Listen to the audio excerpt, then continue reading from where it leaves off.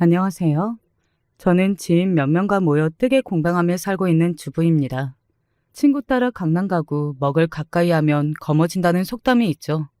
전 오늘 여러분에게 친구를 잘 가려 사귀어야 한다는 그런 말씀 꼭 좀 드리고 싶습니다.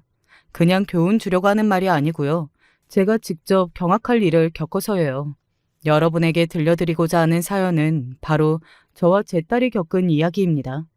내 딸은 변호사로 있어요. 많이 배우고 콧대 높은 직업을 가진 여자가 무슨 이런 심파극이 다 있냐고 하시겠지만 제 딸처럼 똑똑한 사람도 얼척없는 일을 당하기도 한답니다. 타고나기를 남에게 싫은 말 못하고 배려만 하는 착한 사람들이 있죠. 그 심성을 이용하려 드는 악인을 만나 신세를 망치게 되는 비극적인 일이 벌어지기도 하죠. 강지영, 그 대바라지고 못되어 처먹은 년. 정말 죄송합니다. 그 애를 생각하면 제가 욕밖에 안 나와서 여기에 대고 이렇게 저속한 말을 쓰고 말았네요. 지영이라는 애는 우리 딸과 어릴 적 한 동네에서 자란 친구였어요. 같은 초등학교와 중학교를 나오는 동안 우리 집에도 자주 놀러 오는 친구라 저도 익히 잘 알고 있죠. 세진아, 저 친구는 보기 좀 그렇구나. 아무래도 너랑 어울려 보이질 않아. 어느 엄마라도 지영이 같은 친구가 오면 사귀지 말라고 할 거예요. 어린이답지 않게 과한 치장과 상스러운 말투, 그 특유의 쎄한 눈빛까지. 걔가 초등학생 때는 앞머리에 스프레이로 잔뜩 힘을 주고 입술에 뭘 칠했는지 빨갛게 하고 누가 봐도 날라리 같은 인상 있죠. 그런 행색을 하고 다녔습니다. 중학교 때는 똥꼬 보일 만큼 짧은 교복 치마를 입고 화장은 술집 여자만큼 심해진 데다가 이미 그 애에 대한 나쁜 소문이 동네에 파다했습니다. 소위 일진이라고 불리는 동급생들을 괴롭히고 때리는 깡패 같은 애라는 소문 말이에요. 하지만 딸은 지영이가 보기만 저렇지 착하고 자기를 많이 도와준다면서 제 친구를 감쌌습니다. 아줌마, 저 싫어하시죠? 그러지 좀 마세요. 저는 그렇게 못된 애 아니에요. 세진이 저 아니었으면 반 애들한테 조리돌림까지 당했을걸요? 전학 오자마자 찐따라고 애들한테 괴롭힘 당하던 걸 제가 친구로 삼아주니까 애들이 괴롭힘을 멈추던걸요? 몇몇 애들이 장난삼아 내 딸을 불렀다는 별명, 전따. 그러니까 전학으로 온 따돌림 당하는 아이라는 뜻인데 이렇게 불러대며 애들이 내 딸을 건드렸다네요. 원래 반포동에 집이 있었고 집이 꽤 잘 살았었는데 남편이 하던 사업이 망하고 신림동으로 이사 온 곳입니다. 사춘기 나이에 가뜩이나 내성적이던 아이는 집안 사정으로 위축까지 되어서 전학 뒤 많이 힘들어했어요. 딸이 그 친구 도움으로 학교에 잘 적응할 수 있었다는데 제가 더 할 말이 있어야 말이죠.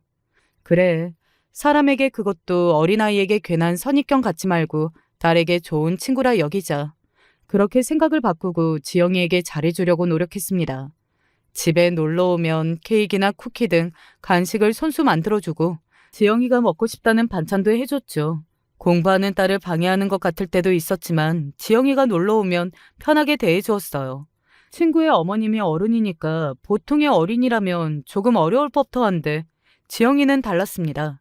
애가 기가 좀 세다고 할까요? 아줌마, 그 쿠키 맛있더라고요. 저 갈 때 좀 싸주세요. 오늘 저녁 반찬은 뭐예요? 에이, 나 그거 싫은데. 치킨 시켜주세요. 네? 얌전하고 제 할 말도 분명히 못하는 내 딸과 다른 거침없는 그 아이가 귀엽기도 하고 당황스럽기도 했습니다. 그래도 딸 친구니까 이쁘다 하며 정답게 대해주려고 했어요. 딸과 붙어 다니던 그 친구는 둘이 다른 고등학교에 진학하면서 자연스럽게 멀어졌습니다. 공부를 잘해서 외국어 고등학교에 입학한 딸은 기숙사에 들어갔고 지영이는 어디 실업계 고등학교를 갔어요. 가끔 그 아이가 궁금은 했지만 내 딸과 성격부터 진로까지 뭐 하나 비슷한 것이 없으니 다시 만나기 힘들겠다고 그렇게 지나간 기억으로 여겼죠. 우리 딸은 기대만큼 착실하게 번듯하게 잘 자라주었어요. 남들이 부러워할 만한 대학 법대를 들어갔고 졸업하고 나서 법학 전문 대학원에 가서 변호사가 되었습니다. 그러던 어느 날 로펌에서 퇴근하고 온 딸이 제가 있는 부엌에 와서 이런 말을 하는 겁니다. 엄마, 강지영이라고 옛날 친구 기억하시죠? 신림동으로 전학 갔을 때부터 친했던 우리 집에도 자주 놀러 왔잖아. 지영이, 기억나지? 갑자기 걔는 왜? 아니, 오늘 걔를 만나게 된 거야. 내 또래 젊은 여자가 이혼 소송하고 싶다고 우리 로펌에 왔는데, 그 여자가 글쎄, 그때 그 친구, 지영이인 거 있지? 우리 거의 13년 만에 우연히 만난 거예요. 딸은 눈을 반짝이며 기뻐하는 눈치였습니다. 그런데 왜인지 저는 그 아이 처음 봤던 그때처럼 쎄한 기분이 들어서 딸이 다시 친해지지 않길 바랐죠. 네 친구면 아직 젊은 나이인데 어느새 결혼하고 이혼까지 한다니. 썩 보기 좋지 않구나. 걘 지금 뭐 해 먹고 산다니? 화려한 옷도 입고 비싸 보이는 가방 들고 있던데. 보면 돈 많이 버는 일 하는 것 같아. 무슨 패션숍 사장이라고 했던 것 같아요. 개인 장사하나 봐요. 지영이 걔는 옛날에 없이 사는 집에서도 치장만큼은 끊이지 않고 했던 애였어. 뭐 작은 가게 하나 하는 모양이로구나. 이렇게 딸에게 들릴랑 말락 중얼거리고 있는데 딸은 예상치 못한 얘기를 덧붙였습니다. 근데 지영이한테 친오빠 하나 있었잖아.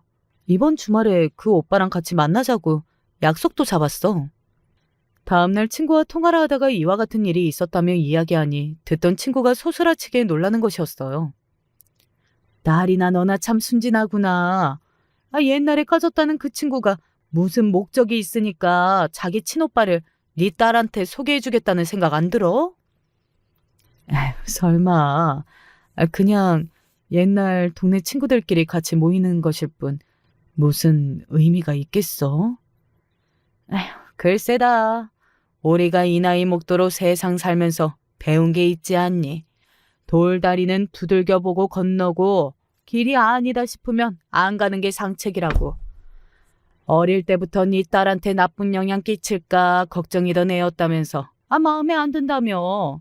세상에 때 다 묻은 지금 만나면 그 사이 걔가 개과천선했겠어? 아니면 더 나빠졌을까? 과한 걱정이라며 별 걱정 다 한다고 덤덤한 척했지만 친구의 말을 듣고 걱정이 되었습니다. 지영이를 만난 뒤로 내 딸한테 무슨 일이라도 벌어지는 건 아닌지 싶어서 조마조마했어요.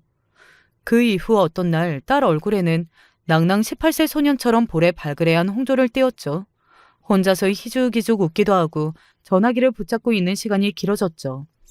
워낙 변호사 일이 바쁘다 보니 평일 늦도록 일하는 것은 비슷했지만 주말에 침대와 한몸이던 아이가 치마 입고 화장하고 항상 외출을 했어요.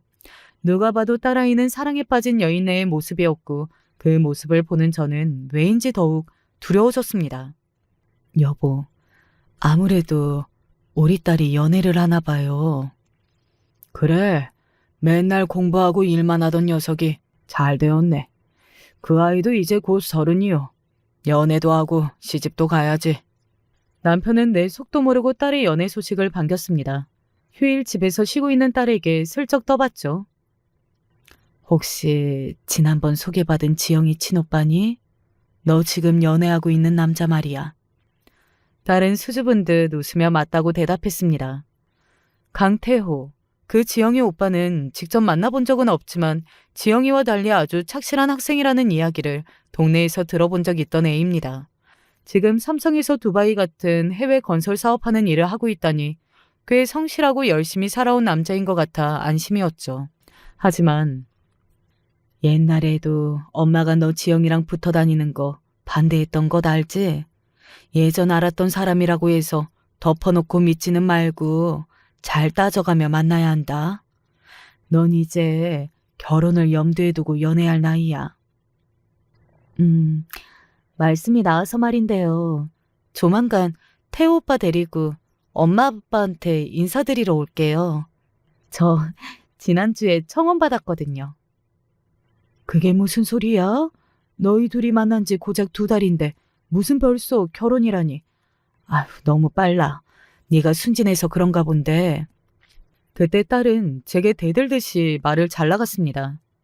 저 그렇게 엄마가 생각하듯 순진하지 않아요. 만난 지 얼마 안 되었지만 우리 정말 서로를 사랑해요. 그 오빠 너무 좋은 사람이고요. 더구나 저 오빠랑 선을 넘었어요. 그러니까 다른 남자랑 엮을 생각 마시고요. 제 결혼 허락해 주세요. 선을 넘었다니 그건 남녀 사이에 결국 갈 때까지 갔다는. 전 믿을 수 없었습니다. 내 딸이 결혼도 전에 그럴 리 없어요.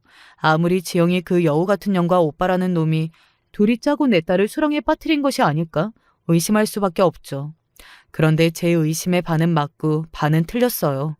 집에 들어선 딸의 남자친구는 훤칠한 키에 웃는 모습이 밝은 인상 좋은 청년이었습니다. 눈빛이나 말하는 모습만 봐도 선하고 정신 똑바로 박힌 사람이라는 것을 인정할 수밖에 없었죠. 내 딸과 참 잘 어울리는 남자였어요. 어릴 때 같은 동네 어른이라 그런가? 어머님 얼굴 뵈니까 마음이 놓이네요. 귀하고 어디 빠질 데 없이 잘 큰 따님을 데려간다는 말씀 드리려니 며칠 전부터 많이 긴장했거든요. 저요, 진심으로 따님을 사랑합니다. 아주 오랫동안 사랑해왔어요.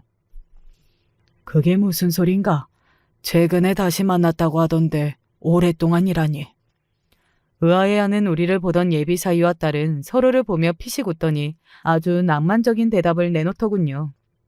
제가 고1이던 무렵 동생이 데려온 세진이를 처음 보고 그대로 제 첫사랑이 되었습니다. 동생 친구고 저보다 3살이나 어린데 감히 어쩌지는 못하고 마음으로 품고만 있었죠. 이런 말씀 믿으실지 모르지만 제가 이 나이 먹도록 제대로 된 연애 한번 못 해봤습니다. 여자를 만나도 제 마음에 세진이가 있어서 그랬는지 얼마 못 가 헤어지고 말더군요. 13년 시간을 돌고 돌아 다시 만난 세진이에게 무엇을 주어도 아깝지 않아요. 전 무슨 일이 있어도 세진이를 행복하게 해줄 겁니다. 제가 많이 부족하지만 한 번만 믿어주십시오. 마음 같아서는 떨떠름한 딸 결혼 머리 싸매고 반대하고 싶었지만 사실이 그래요. 대면하고 나니 딸의 남자친구는 반대할 만한 점이 없는, 아니 오히려 사윗감으로 훌륭한 사람처럼 보였습니다. 딸은 물론이고 남편도 제 걱정을 이해해주지 못하는데 어느 누가 보더라도 제가 이상해 보이겠죠. 그래서 속은 까맣게 타들어가면서도 딸의 결혼 준비 과정을 그저 지켜볼 수밖에 없었습니다.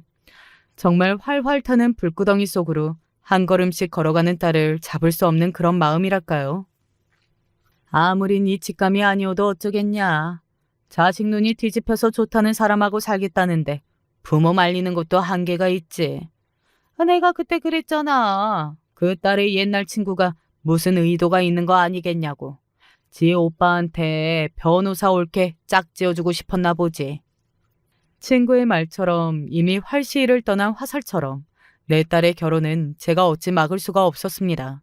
다행인 점은 시누이가 될 지영이만 문제지 상견례 자리에서 만난 사돈 어른들은 예의를 갖춘 정상적이고 좋은 분들 같더군요. 사돈 어른들과 훈훈하고 부드러운 대화를 한참 나누는데 혼자 술 마시던 지영이가 불쑥 끼어드는 겁니다. 뭐 이렇게 딱딱하게들 남처럼 계세요? 앞으로 우린 이제 다 한 가족이니까 속 터놓고 지내야죠. 그런 점에서 자, 제가 분위기 띄우는 술 말아드릴게요. 예, 지금 그런 자리 아니다. 얌전히 있지 못하겠니? 술이 싫어? 그럼 뭐... 그러고 보니 아줌마, 기억나요?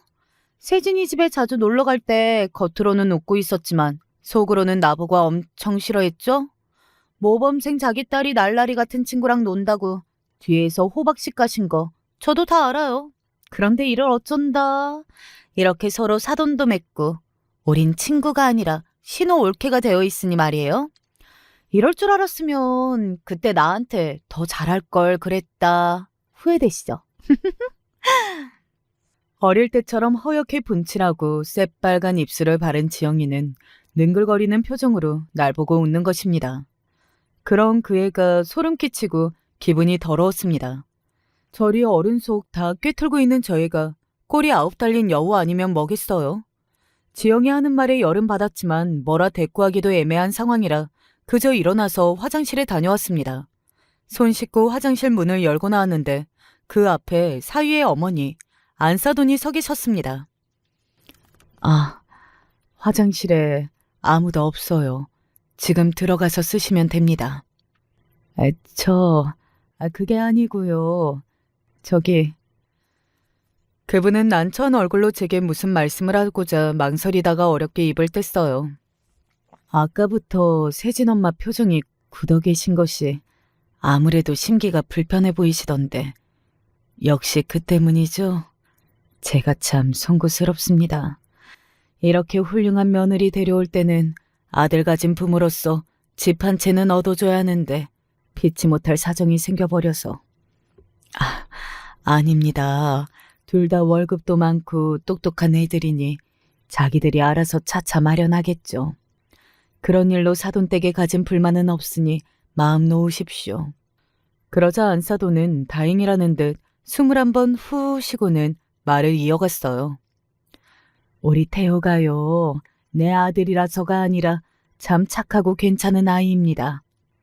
부모가 해주는 거 하나 없어도 혼자 알아서 공부랑 일만 하면서 한눈 안 팔고 살았어요. 그런데 저 둘째 딸 지영이는 안사돈도 성격 아시지요? 사업한다고 대출을 2억 넘게 받아놓고 이자 안 갚는다고 은행에서 변제 도촉을 계속해왔어요.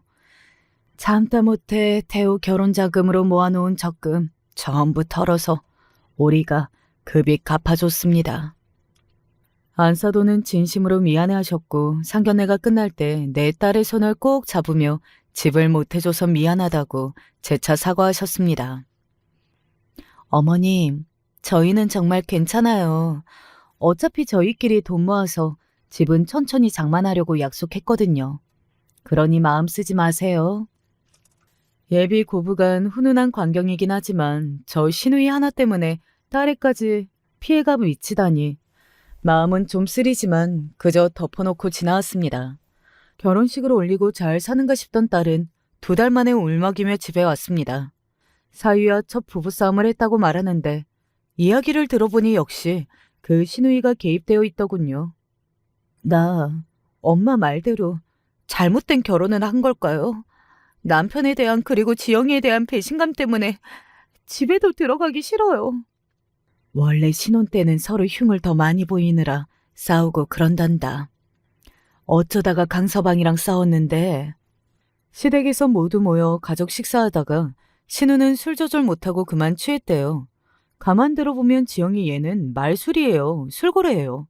술이란 것이 사람 속을 헤쳐 솔직한 이야기나 분란의 씨앗을 꺼내놓기도 하니 이렇게 사달이 난 것입니다.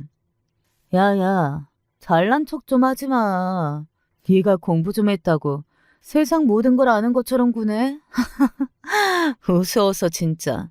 네 옆에 앉아있는 남편이 진짜 운명적인 사랑 어쩌고 너 그 말 믿고 결혼까지 했지. 그거 다 생쇼야. 다 내 계획 아래에서 오빠랑 너랑 맺어진 건데? 그게 무슨 말이야? 네 계획이 뭐 어쩌고라니? 오랜만에 널 만나 딱 보니 변호사라 돈은 많이 벌 것 같은데 또 공부만 하느라 남자 경험도 없는 것 같더라고. 시집갈 나이는 다가오지 요즘 외롭다고 말하는데 내가 너희 두 숙맥을 연결해주지 않았겠어? 그래서 오빠를 부추겨서 널 만나라 했어. 똑똑하고 능력 있는 며느리 들여서 부모님께 효도 좀 해보자고 말이야. 오빠가 너한테 자기 첫사랑이라고 했냐? 옛날에 우리 오빠 한영 언니랑 사귀고 있었어. 그 언니가 첫사랑이겠지. 하지만 오빠한테 널 꼬실 대사까지 직접 가르친 건 바로 나야. 결국 내가 너희들 결혼까지 이어준 거지. 신우의 놀라운 이야기에 충격먹은 딸이 집으로 돌아서기까지 남편과 싸웠다는 겁니다. 지영이 말대로 진짜 날 속이고 만났던 거야? 내가 변호사라서? 부모님께 효도하라고 결혼했다니 믿을 수가 없잖아. 그런데 왜 첫사랑 어쩌고 하면서 거짓말까지 하냐고. 그런 말 안 했어도 좋아할 수 있었는데. 그렇지 않아. 오해야. 난 정말 널 예전부터 사랑했어.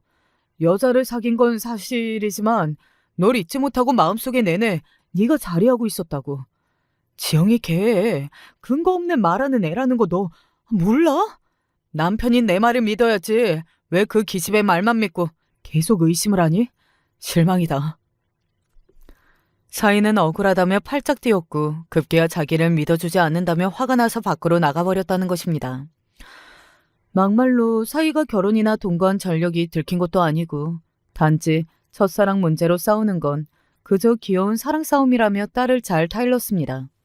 그보다 더 중요한 것은 괜히 쓸데없는 말로 잘 사는 신혼부부의 싸움까지 일으켰으니 지영이 그 계집애가 문제라고 생각했어요. 미꾸라지 한 마리가 강물을 흐린다고 걔가 딱 그 미꾸라지였죠. 결혼 생활 이후 딸이 못 살겠다고 하는 사고나 분란은 모두 그 신우이로부터 비롯된 것이었습니다. 말도 함부로 하고 거짓말에 능하며 사람들 사이에 이간질까지 해대니 집안 분란은 그 애가 다 시작하는 거더라고요. 강서방처럼 서글서글한 사람이나 사돈 어른들로 인해 딸이 속상할 일은 없었는데 그 신우이와 얽히면 백이면 백, 다 딸이 눈물바람으로 끝이 나고 말았습니다. 나 얼마 전에 알았잖아요. 지영이가 무슨 쇼핑몰 사업을 한다고 들었는데 이미 그 전에 두어 번 사업 들어먹은 게 고스란히 빚으로 남았다지 않아요? 우리 결혼할 무렵 시부모님이 2억 넘게 갚아준 걸로도 모자라서 그 이후 또 돈 사고를 쳤나 봐. 요즘 시부모님이 매일 한숨 쉬시고 이걸 어찌하냐고 나한테 상담을 바라셔. 네가 변호사로서 조언이야 해줄 수 있지만 괜히 네가 나서서 대신 갚아준다거나 그러면 안 된다.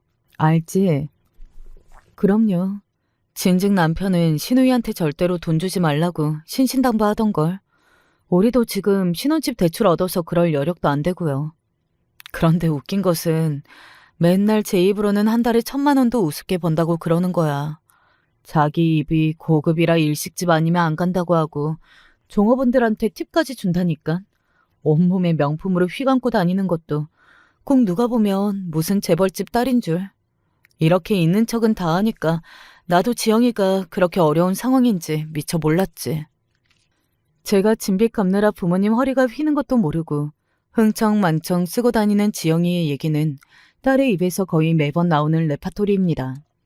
이혼 소송이 끝나자 신우이는 더욱 자주 딸을 귀찮게 굴었습니다. 인생이 외롭고 쓸쓸하니 술 사달라. 너희 로펌에 있는 괜찮은 남자 좀 소개해달라 둥. 자기 처지도 모르고 애같이 징징대면서 딸에게 투정 부리는 거예요. 사위는 자기 여동생을 평생 겪었으니 어떤 인간인지 알 거 아니에요. 말도 안 되는 청탁은 딱 잘라서 거절도 하고 되도록 멀리 지내라며 딸을 신우이에게서 보호해 주었습니다. 하지만 사위나 제가 신신당부했지만 딸은 점점 그 애의 마수에서 벗어나지 못했어요. 어느 휴일에 딸이 갑자기 집에 찾아와서 생전 처음 하는 부탁을 했습니다. 엄마, 옷이나 가방 중에 명품도 있어요? 저 좀 빌려주세요.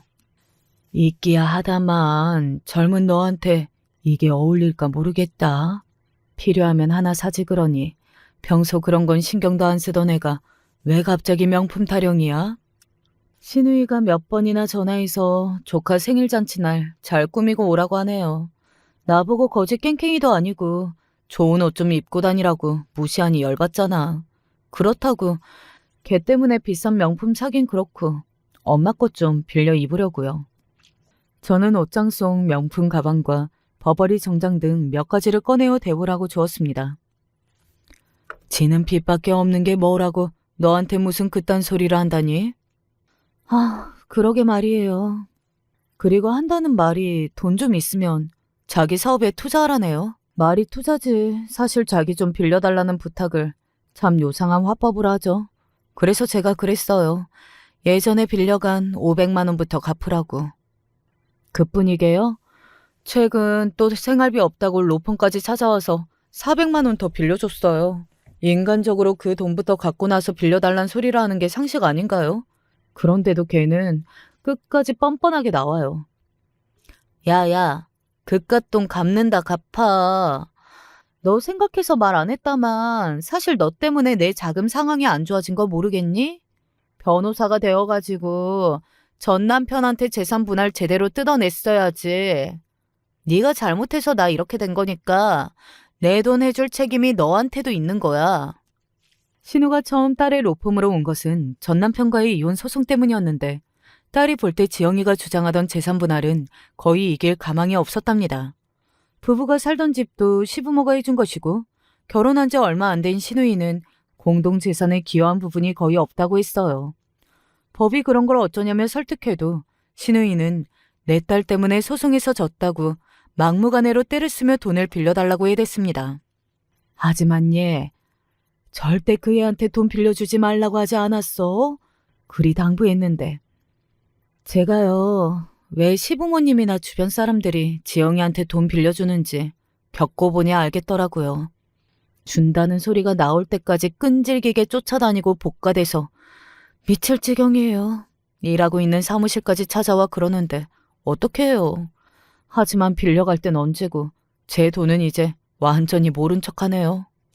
이렇게 어물쩍 넘어가는 신우에게 무슨 수로 돈을 받아내냐며 딸은 답답해했어요. 빌려준 돈도 돈이지만 여러 가지로 딸을 괴롭히니 점점 애가 힘들어하는 것이 눈에 보였습니다. 서희는 중동 지역으로 파견 나가서 몇 달째 곁에 없으니 의지할 때라고는 엄마인 나한테 하소연하는 것뿐이었죠. 하지만 좋은 소리도 3~4번이죠. 하루가 멀다 하고 딸이 시달리는 얘기만 듣다 보니 우리의 사이에도 정신적으로 좋지 않았던 모양입니다. 회식이 끝나고 맡겨놓은 손주를 찾으러 나한테 온 딸은 평소답지 않게 많이 취해 있었습니다. 붉어진 양불에 혀가 잔뜩 꼬인 채로 저한테 주정 비슷한 것까지 부렸네요.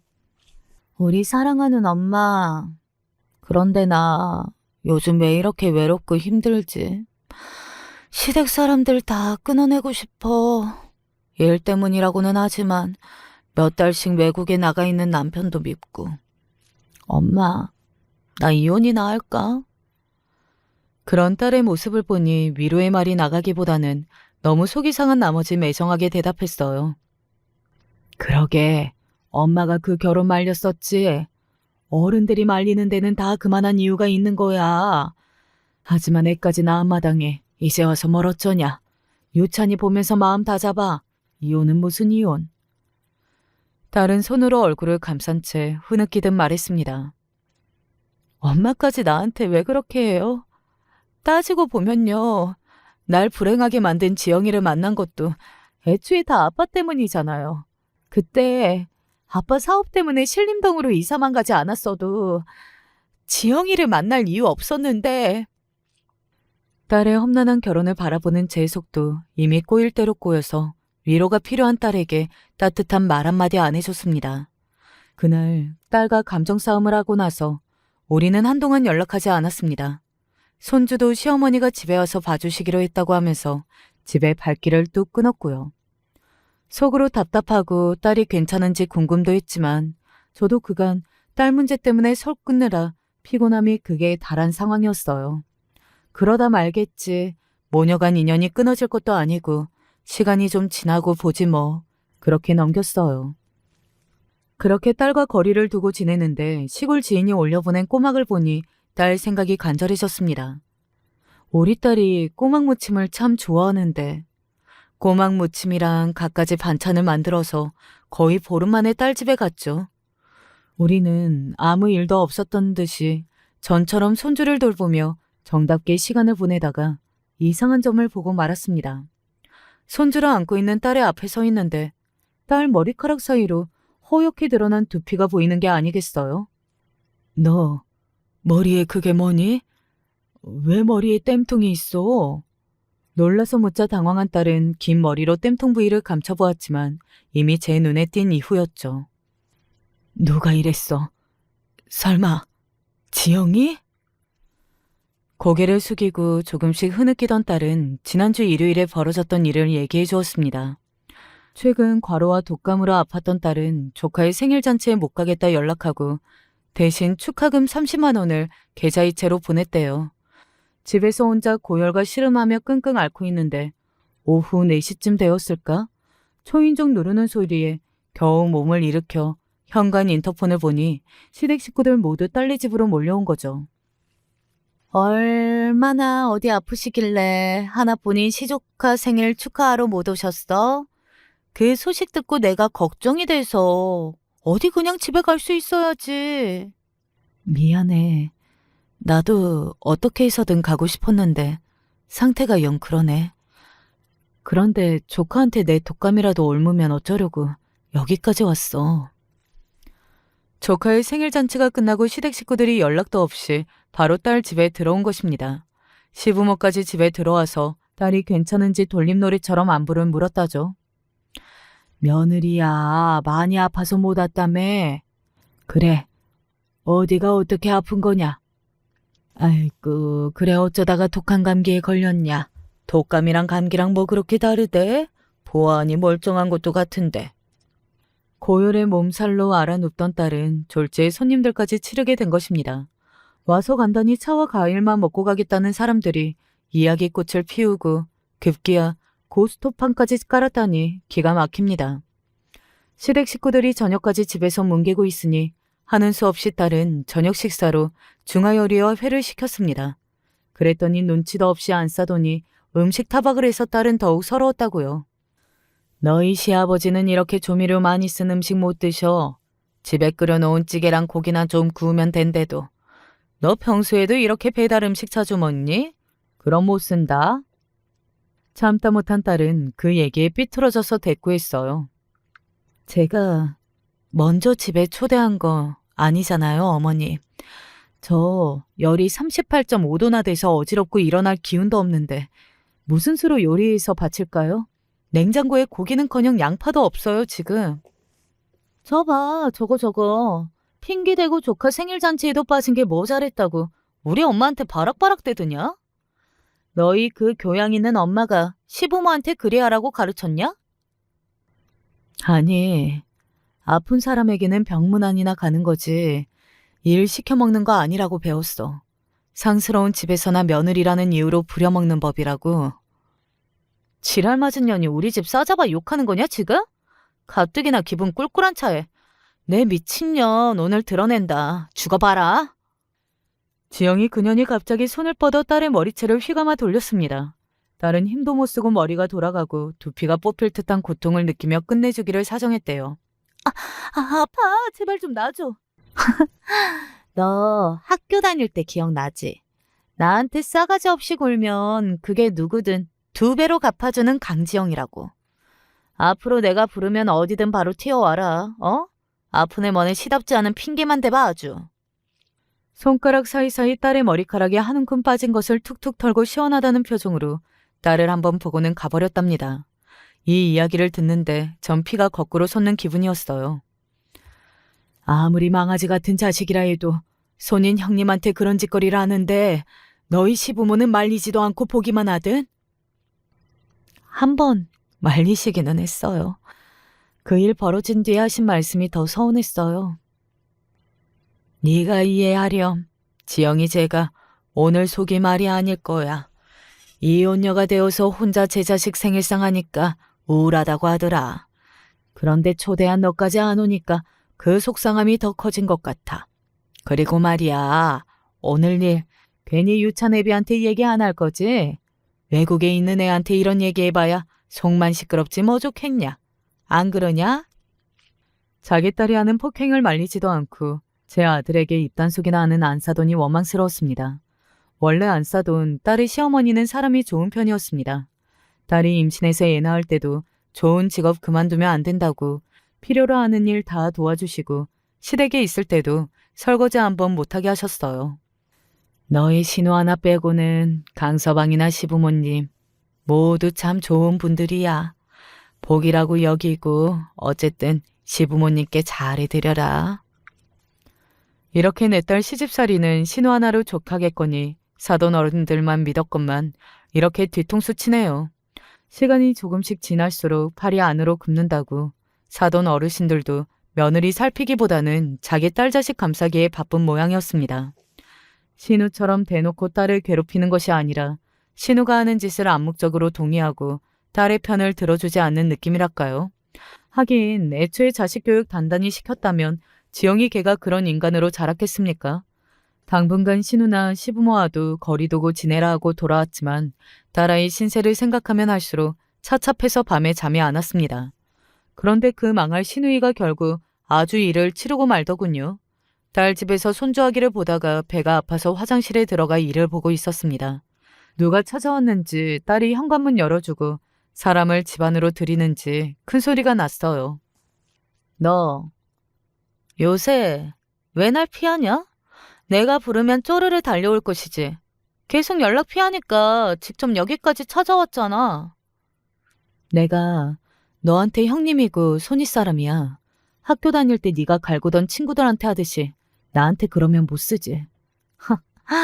이제 아예 선생처럼 가르치시게요? 네 연봉이 몇 억이라면서 힘든 신우한테 1억도 못 빌려주냐? 그게 네가 말한 가족이고 손윗 사람이 하는 짓이냐고. 사람 나름이지.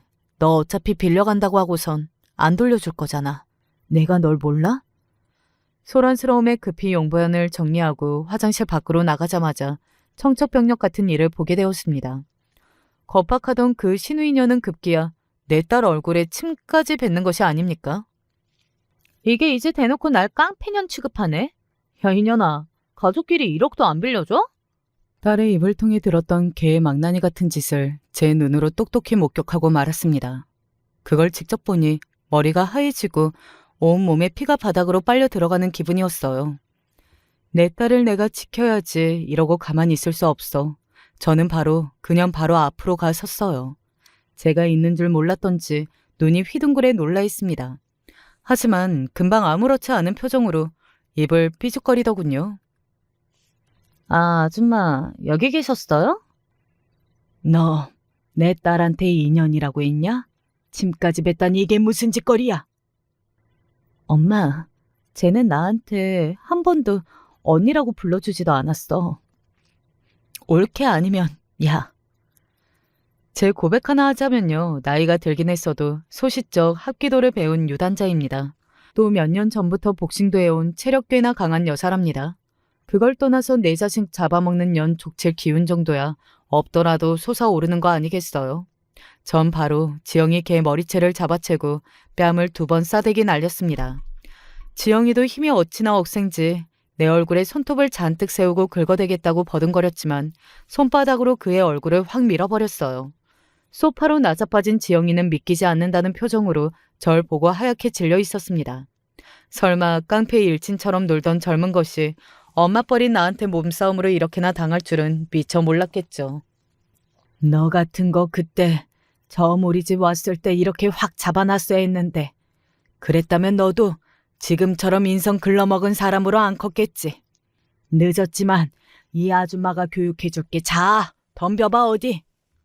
아무리 해도 못 당하겠다 싶었던지 재빠르게 뒷걸음질 치더니 그대로 도망갔습니다. 딸을 욕실로 데려가 그년이 침뱉었던 얼굴을 씻어주니 딸은 눈물을 뚝뚝 흘렸어요. 그래, 얼마나 화가 나고 억장이 무너지겠냐. 다 울어. 울어서 그 더러운 감정과 기억 내버리고 우리 새 출발하자. 응? 전 바로 딸과 손주를 우리 집에 데려와서 살게 했습니다. 딸은 하루 휴가를 쓰고 마음 정리하러 동해안에 다녀오겠다고 했어요. 제가 너무 고통스러운 나머지 나쁜 마음 먹은 건 아닐까? 걱정되어 따라가겠다고 했지만 딸은 끝내 혼자 떠났습니다. 아무래도 우리만 이 고통을 알고 감내하는 것이 아닌 것 같았어요. 딸은 싫었지만 전 딸 몰래 사위에게 국제전화를 걸었습니다. 사위 없는 동안 딸이 겪었던 그 모든 수모를 알려 했어요. 다행히 저녁 때가 되니 딸은 홀가분하니 맑은 표정으로 돌아왔어요. 그리고 모든 준비가 끝났다는 듯이 결연하게 말했습니다. 저 이혼하겠습니다. 딸이 겪었던 그 힘든 과정을 지켜본 엄마로서 딸의 이혼을 환영할 수밖에 없었어요. 그래, 잘 생각했다. 사실 내가 아까 강서방한테 전화했어. 모든 일을 말해줬거든. 아, 괜찮아요. 이미 이혼하기로 마음이 섰으니까요. 어차피 다음 주면 그 사람 귀국하니까 구체적인 이혼 얘기는 만나서 할게요. 사위가 귀국하자마자 딸은 사위를 만나서 이혼하겠다고 선언했답니다. 그리고 신혼집에서 떠날 채비를 하기 시작했습니다. 저는 그 아이의 짐을 실어줄 요량으로 주차하고 딸보다 늦게 신혼집에 갔죠. 들어가 보니 딸과 사위는 말다툼 중이었어요. 내가 걔랑 가까워지지 말라고 했잖아. 동생만 없으면 우리 사이는 아무 문제가 없는데 이렇게 꼭 이혼까지 해야겠어? 여보는 몰라요. 지영이가 내게 무슨 짓들을 했는지. 이미 지칠 대로 지치고 내 마음은 상처뿐인 누더기야. 당신과 잘해볼 마음도 안 드는걸. 어쩌라고요? 사위, 자네가 뭘 착각하는 모양이군. 지금 내 딸 꼴이 어떤지 보게나. 자네 없이 내 딸 혼자 자네 집 사람들에게 무슨 일을 겪어왔는지 알기나 하나? 그게 사랑인가? 자기 아내를 고통 속에 빠뜨리고 자네 곁에만 두면 다야? 그러자 사위는 쓰러지듯 소파에 앉아서 두 손으로 머리를 싸매고 괴로워했습니다. 우리 얘기를 듣고 더는 떠나겠다는 딸을 말리지 못하더군요. 딸의 남은 짐 싸는 것을 도와주고 같이 짐을 들고 나서는데 사위가 우리 등 뒤에 대고 외쳤어요. 장모님, 제가 이 모든 일을 바로 잡겠습니다. 그러니까 세진아, 우리 애기랑 당분간만 처가에 가서 지내고 있어. 모든 상황을 해결하고 데리러 갈 테니까 그때까지만. 난 정말 너를 사랑하고 있고 놓칠 수 없어. 그러니까 우리 사이가 끝이라고 생각하지 않았으면 좋겠다. 사이의 절절한 외침을 듣고 나오던 딸은 한참을 울었어요. 혹시나 이혼 결심이 흔들리지 않을까 싶어 딸에게 물었어요. 세진아, 진심이니? 이혼. 아직 마음 정리가 다 안 되었지만 네, 이혼해야죠. 그보다 지영이 걔 그냥 둘 순 없어요. 지금까지 걔한테 당하기만 했지만 나한테는 법이라는 힘이 있으니까 이제부터 걔를 법으로 조져주겠어요.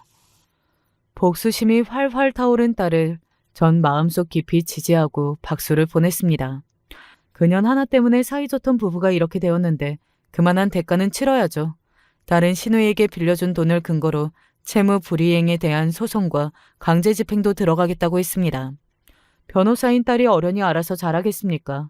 딸의 법적 대응으로 사업체와 재산 압류가 들어오니 저도 아차 싶었는지 지영이는 딸에게 살려달라고 연락해왔어요.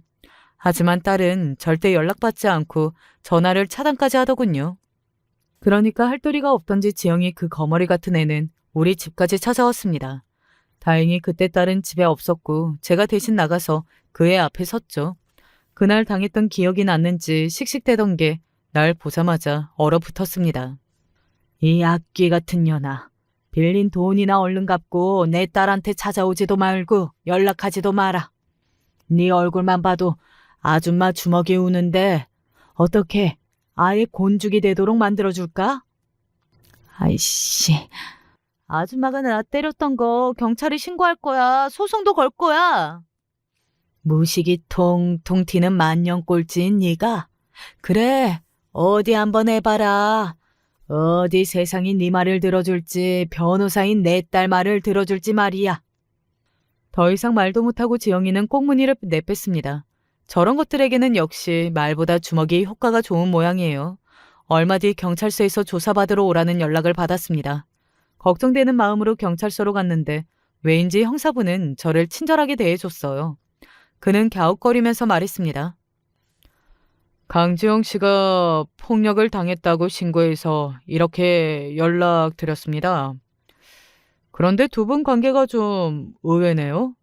그러니까 진술에 의하면 오빠의 장모님이 본인 얼굴을 심하게 때렸다고 하는데 뭐 증거가 있나 목격자가 있기라나.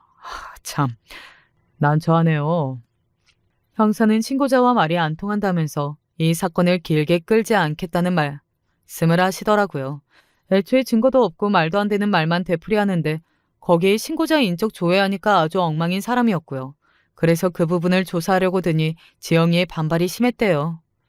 사기 전력에 누가 고소장까지 날린 상태이고 세금과 과태료 체납도 이렇게 많네요. 이 부분도 조사를 하고 가셔야 되겠습니다. 답답하네. 형사님, 그건 그거고 내가 세진이 아줌마한테 맞았다니까요? 당장 그 아줌마 콩밥 먹게 해달라고요. 뭐 일단 신고는 접수하겠지만요. 지영 씨에게 상황이 불리하게 돌아갈 가능성이 높다는 거 알고는 있죠? 그러자 담당 형사가 피의자인 자기 말을 못 믿고 도리어 자기를 범죄자처럼 대한다며 울고 악쓰고 행패까지 부렸다네요. 그것도 경찰서에서요. 지영이는 공무집행 방해 등으로 유치장에 갇혀서 다음 날에 풀려났대요. 지가 나한테 맞은 걸 본 목격자는 딸이 유일하고 뭐 맞았다는 증거도 안 남았는데 누가 그런 애 말만 믿고 수사하겠냐고요. 저도 사모님이 그럴 뿐이 아니라고 생각하지만 일단 사건 접수가 들어왔으니 형식적으로 조사는 해야 해서요. 그럼요. 형사님 원망 안 합니다. 지영이가 원래 허언이 잦은 애인데 올케인 내 딸을 공경에 처하게 하려고 이런 일까지 꾸민 모양이에요. 당연히 저는 제가 한 일을 부인하고 억울한 듯이 굴었습니다. 형사는 100% 제 편이 되어 제 말을 믿어주는 느낌이었죠. 남들이 보면 말이 안 되잖아요. 60대 할머니가 30의 젊은 여자를 압도적으로 팬다는 것을 누가 믿겠어요. 그런데 형사가 뜻밖의 이야기를 했어요. 제가 봐도 그런 것 같네요. 아까 사위 강태호 씨를 불러서 진술 조사했는데 같은 말을 하더군요. 자기 여동생의 진술은 무조건 거짓이고 사모님이나 아내 말이 무조건 맞을 거라고 했어요. 결국 이번 사건은 혐의 없음으로 종결될 테니 걱정 말고 돌아가세요. 왜 사위는 우리 편에서 진술한 걸까? 의아해하며 경찰서를 나오는데 딸과 남편이 절 기다리고 있었어요. 하지만 전 형사에게 들었던 이야기를 딸에게 말하지 않았습니다. 사위의 마음을 헤아려 볼 수 있겠지만 그렇다고 해서 둘이 합치게 둘 수는 없었습니다. 딸을 그 불구덩이로 다시는 보내지 않을 거니까요. 그렇지만 제 딸을 사위와 떨어지게 하겠다는 제 다짐은 헛수고였습니다. 어느 순간 보니 딸은 사위와 밖에서 만나고 있었고 손주 유찬이도 보여주는 모양이었습니다. 예전 딸이 사랑에 빠졌던 그때와 비슷한 기류를 전 느낄 수 있었어요. 강서방하고 이혼 잘 진행되고 있는 거냐? 사실 다시 잘해보려고요. 엄마한테 죄송해요. 짐작은 하고 있었어. 엄마 반대에도 불구하고 결혼하겠다고 했던 그때나 이혼하지 않으려는 지금이나 엄마는 너에게 말릴 힘이 없구나. 나한테 미안하지 마라. 원래 그런 거다. 부모는 자식 잘 되길 바라고 자식 위에 뭐든 할 마음이지만 설령 실망스러운 선택을 하더라도 자식을 믿고 따를 수밖에 없는 게 또 부모야. 네 마음이 가는 대로 하렴. 엄마는 괜찮단다. 마음이 쓰고 힘들지만 사위에게 다시 딸을 보내야 한다고 마음을 다졌습니다. 하지만 그 불안함도 내가 엄마로서 감당해야 하는 아픔인 걸 어쩌겠나요. 그런데 사돈 내외까지 저와 딸에게 진심으로 사과를 하셨어요. 그동안 불손한 제 여식이 며느리를 괴롭히도록 방관한 점 죄송합니다. 우리 딸 없이는 살아도 아들 없이는 살 수 없습니다. 아들이 우리 가족 모두와 척치고 살겠다고 하더군요. 착한 놈이 저렇게 무섭게 나오는 걸 저놈 낳고 처음 봤습니다. 그래도 사돈 어른과 며느리에게 사과부터 해야겠다 싶어서 이렇게 왔습니다. 유채님이야, 유찬이 봐서라도 우리 아들과 이혼만은 멈춰주지 않겠니? 사돈들은 앞으로 자기 딸이 아들 부부와 엮이지 않도록 최선을 다하겠다고 시댁과 왕래가 없어도 되니 그저 아들 곁에 있어달라고 사정하셨습니다.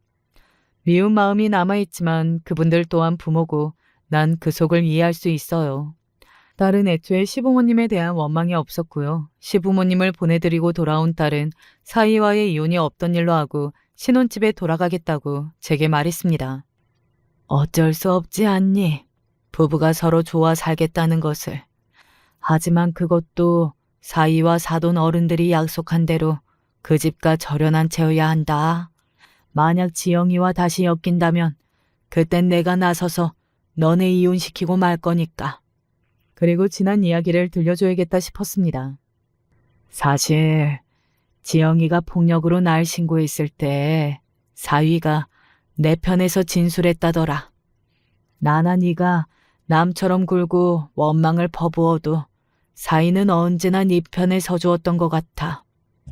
늦었지만 고마웠다고 전해주거라. 엄마 마음이 아직은 사위 얼굴 못 보고 시간 좀 지나고 만나서 같이 보자고 말이야. 다음 날 아침 딸은 우리와 작별 인사를 하고 손주를 안고 집을 나섰습니다. 베란다 창문으로 지켜보니 사위는 딸과 아기를 차에 소중하게 태워주더군요. 그 모습이 내가 바라던 딸네 가족의 모습이었어요. 아름다워 보였습니다. 모두 안전히 태운 것을 확인한 사위는 문득 우리 집 창문을 올려다보았습니다. 그리고 저를 봤는지 90도로 숙여 인사를 하고 잠깐 서 있더니 차를 몰고 떠났어요. 그래, 그냥 잘 살거라. 그저 자식이 평안하게 사는 것만으로도 부모에게는 행복이란다. 아쉬운 마음과 홀가분한 마음이 뒤섞인 채 딸을 보냈습니다. 그 뒤로 딸은 힘든 일이 없는지 연락이 자주 안 왔고 어쩌다 오는 안부 전화에서 밝아진 목소리가 절 안심시켰어요. 딸의 복잡한 인생사가 정리되니 저도 덩달아 인생이 풀리는 기분이더군요. 그래서 원래 하던 공방에 시간을 쏟고 주말에 남편과 여기저기 전국 팔도 맛집을 찾아다니며 지내고 있습니다. 지난달에 우리 손주가 돌을 맞이해서 오랜만에 딸네 식구를 보고 왔네요. 사이에 약조대로 사돈네와 왕래하지 않고 지내는 것 같아 보였어요. 돌잔치에는 문제의 시누이나 사돈 어른들 누구도 보이지 않았거든요. 가족들과 떨어져 지내니 많이 힘들지 않는가? 아니요. 저에게 지금 가족은 세진이와 유찬이뿐입니다. 이번 아내에게 벌어진 일이 아니었어도 동생은 저에게 진작 끊어냈어야 하는 사이였습니다. 제가 없는 동안 장모님께서 유찬 엄마 지켜주시고 마음고생 심하셨다고 들었어요. 감사하고 죄송했습니다. 앞으로 해외 주제는 고사하고 가족들 옆에서 든든히 지켜주겠습니다. 저를 믿고 편안하게 지켜봐 주십시오. 그나마 다행이죠. 사위는 신뢰가 가는 괜찮은 사람이니 전 마음이 놓입니다. 그 신우만 치우면 애들끼리 잘 살아갈 거라는 걸 알고 있어요. 만약 지영이 곡에 내 딸 앞에 다시 나타난다면 제가 권투 글러브를 끼고 나타나 응징해 주죠 뭐. 다 늦은 나이라도 권투 배워두길 참 잘했다는 생각이 듭니다. 여러분도 내 나이가 얼마인데 그런 생각지 마시고 무슨 운동이든지 하나쯤 배워보셔요. 다사다난한 딸의 결혼 때문에 매일 속 끓이고 살았더니 지난 3년이 30년이 된 듯 느껴집니다. 이제 딸이 알아서 살게 두고 관심 딱 끊으려고 합니다. 아무리 엄마라지만 저 그래도 되겠죠? 여기 계신 인생 선배님들께 괜찮다 하시면 이렇게 마음 편하게 이렇게 지내보게요. 지금 여러분을 괴롭히는 문제가 있으신가요? 이 또한 다 지나가려니 하는 마음으로 힘내시길 바랍니다. 그럼 저는 여기에서 작별 인사를 고할게요. 여러분, 안녕히 계십시오. 안녕하세요. 정말 암울한 날만 살다가 요즘은 이렇게 행복할 수가 없었습니다. 이런 얘기를 지인에게 말하기도 부끄럽고 자주 보는 채널에 용기 내어 사연을 보냅니다. 어떤 분은 잘했다고 하실 분도 계실 거고 어떤 분은 너무한다는 분도 계실 것 같아요. 저의 행동에 대해서는 절대 후회는 없었습니다. 그럼 제 이야기를 시작해 보겠습니다. 저희 집은 시골 출신으로 정말 못 살았습니다.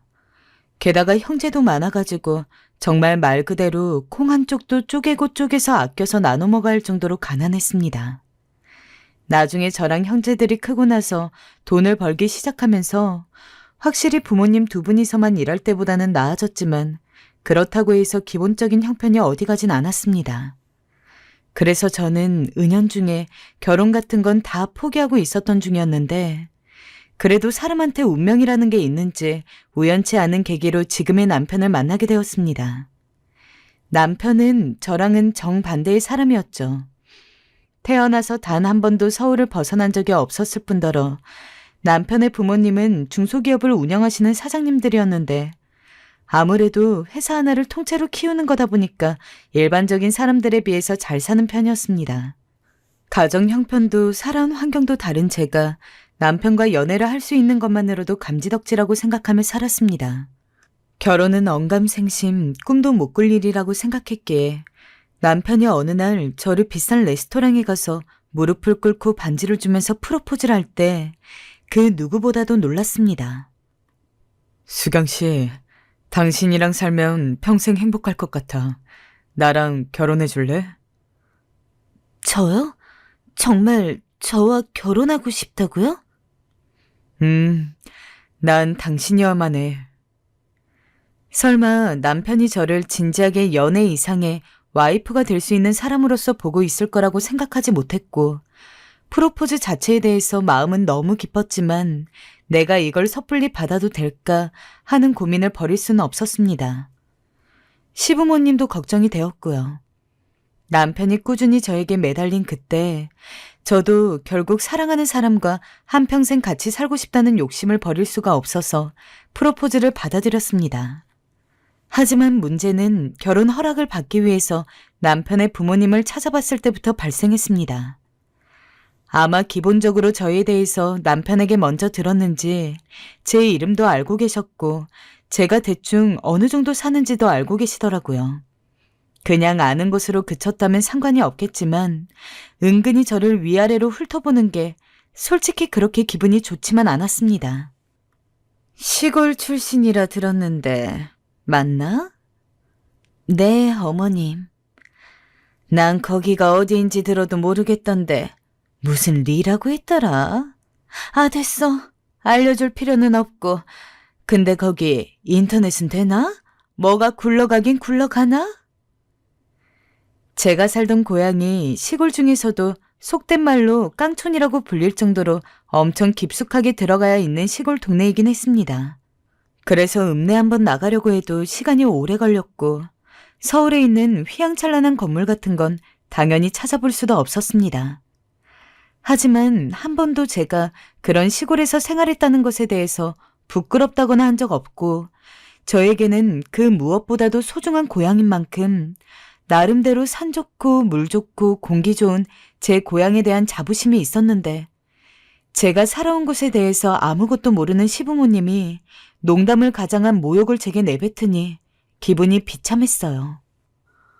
엄마, 무슨 그런 말을 해요. 이 자리가 어떤 자리인지 모르세요? 꼭 그렇게 사람 면전에 대고 그런 말을 하셔야겠어요?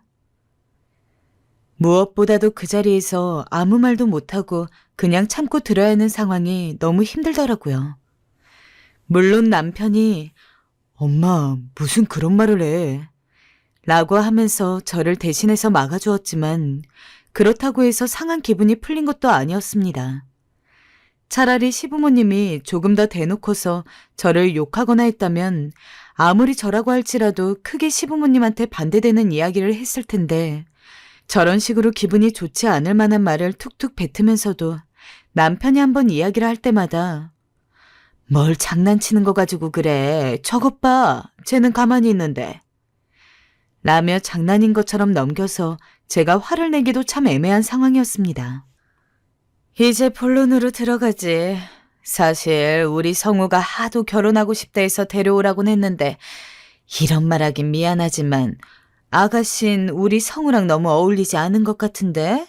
결혼도 급이 맞고 집안이 맞아야 하는 거지. 우리 성우 짝으로는 아주 많이 부족하다는 생각이 드네. 아가씨, 이 정도 말했으면 적당히 무슨 말인지 알아듣겠지? 시어머니는 제 얼굴에 그대로 칼침을 놓더라고요. 그래도 그때까지만 해도 남편과 결혼해서 함께 사는 것이 더 중요하기 때문에 시어머니를 설득하려 했어요. 솔직히 어차피 신혼집 따로 잡아서 살면 명절이나 생신 때 아니면 얼굴 볼 일도 별로 없을 테니 남편만 좋은 사람이면 충분할 거라고 생각했던 거죠.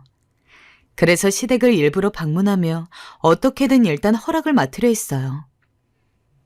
어머님, 저 왔어요. 어머님, 오리고기 좋아하신다 해서 사왔는데 먹어보세요. 아니, 왜 자꾸 와? 오지 말라니까. 너 이런다고 내가 성우랑 결혼 허락할 줄 아니? 어머님, 그러지 마시고 한번 드셔보세요. 저 이거 여기에 놓고만 갈게요. 가볼게요, 어머니. 몸 신경 쓰시고요. 지금 생각하면 어떻게 그런 행동을 했나 싶지만 제가 능글맞게 굴며 자꾸 시어머니 눈에 보이니 나중엔 시어머니도 포기를 하시더라고요. 역시 제 예상대로 실제로 결혼을 하고 나서 시부모님을 직접적으로 뵐 일이 많이 없긴 했습니다. 하지만 한 번 뵐 때마다 너무 속상하고 서러운 일들이 계속 일어났죠. 한 번은 명절에 시댁에 들리게 되었어요. 저에게는 시누이도 하나 있었는데 시누이는 남편보다 어리고 결혼을 안 한 상태로 혼자 회사를 다니는 직장인이었어요. 결혼식 날을 제외하면 시누이 얼굴을 본 적이 없어서 조금 어색하기는 했지만 그래도 남편 가족인 만큼 엄청 살갑게 인사했습니다. 아가씨 왔어요? 오느라 추웠을 텐데 얼른 들어와요. 아, 네. 이거 백화점에 갔다가 아가씨한테 잘 어울릴 것 같아서 사왔어요. 어때요? 이쁘죠? 아, 내 스타일은 아닌데 어쨌든 사온 거니 받긴 할게요. 신우이는 어땠냐고요? 제 호의와 친절에는 아주 무심하고 때론 오만했습니다. 절 이댁 사람으로 인정하지 않겠다는 태도가 아주 여실히 드러났죠. 그러다 신우이가 어느 날은 저를 위에서 아래로 싹 훑어보더니 언니는 아직도 참 시골 사람 같네요? 라는 말도 안 되는 이야기를 하더니 획 돌아서는 자기 방으로 들어가더라고요. 너무 벙쪄서 뭐라고 할 타이밍도 잡지를 못했습니다. 애써 못 들은 척하면서 주방에 가서 혼자 전을 부치는데 정말 시댁 식구들은 단 한 명도 도와주지 않더라고요. 남편은 제 눈치를 보는 것 같았지만 그렇다고 해서 일어나가지고 부엌에 와서 도와주진 않았습니다. 심지어 도와주지 않는 것도 도와주지 않는 건데 시어머니는 거실에서 깔깔 웃으면서 텔레비전을 보다가 문득 생각났다는 듯이 이웃집에도 전 부친 것 좀 갖다 주기로 했으니까 오늘 하루 종일 앉아서 전 부칠 생각해라. 라고 하면서 부채할 전이 가득 담긴 소쿠리를 정말 과장 안 하고 5바구니는 넘게 꺼내놨습니다. 일단 주어진 일이기에 해야겠다는 생각이 들어서 하루 종일 기름 쩐내에 쩔어서는 땀을 뻘뻘 흘리면서 전을 부쳤습니다. 그리고 마지막에 어머님께 저도 한 말씀 드렸죠. 어머님, 죄송하지만 저 하나 말씀드릴 게 있어요. 저 혼자 전 부치는 거 힘든 일이에요. 앞으로는 어머님도 같이 도와주셨으면 좋겠어요. 뭐? 아니 내가 왜 네가 있는데 전을 부쳐야 하냐? 네? 부려먹을 네가 있는데 왜 내가 하냐고. 너도 참 다른 며느리들은 시애미가 시키지 않아도 척척 요리해서 다 상 차려놓더만 넌 왜 이리 유별나니? 오늘 전 좀 부쳤다고 그게 그리 힘들었어? 옛날 나 때였으면 이런 말은 시애미한테 하지도 못했어. 엄마 그만해. 언니가 시골 사람이잖아. 뭘 몰라서 그래. 시골에선 이렇게 안 하나 보지. 그쵸 언니? 제가 이 말을 하자마자 곧바로 어머님의 불호령이 떨어졌고 신우이는 그놈의 시골을 또 들먹이면서 옆에서 깐족대었어요. 결국 전 더 갈등을 만들고 싶지 않아 그대로 집으로 돌아갔고 정신적인 충격 때문인지 바로 몸살을 앓고 이틀 내내 누워 있었어요. 그때 어찌나 엄마 생각이 나던지 새벽에 울면서 엄마에게 전화했던 게 아직도 기억이 나요. 엄마, 우리 딸 갑자기 이 밤중에 무슨 일이야? 너 우니? 엄마, 나 너무 힘들어. 무슨 일인데 말해봐.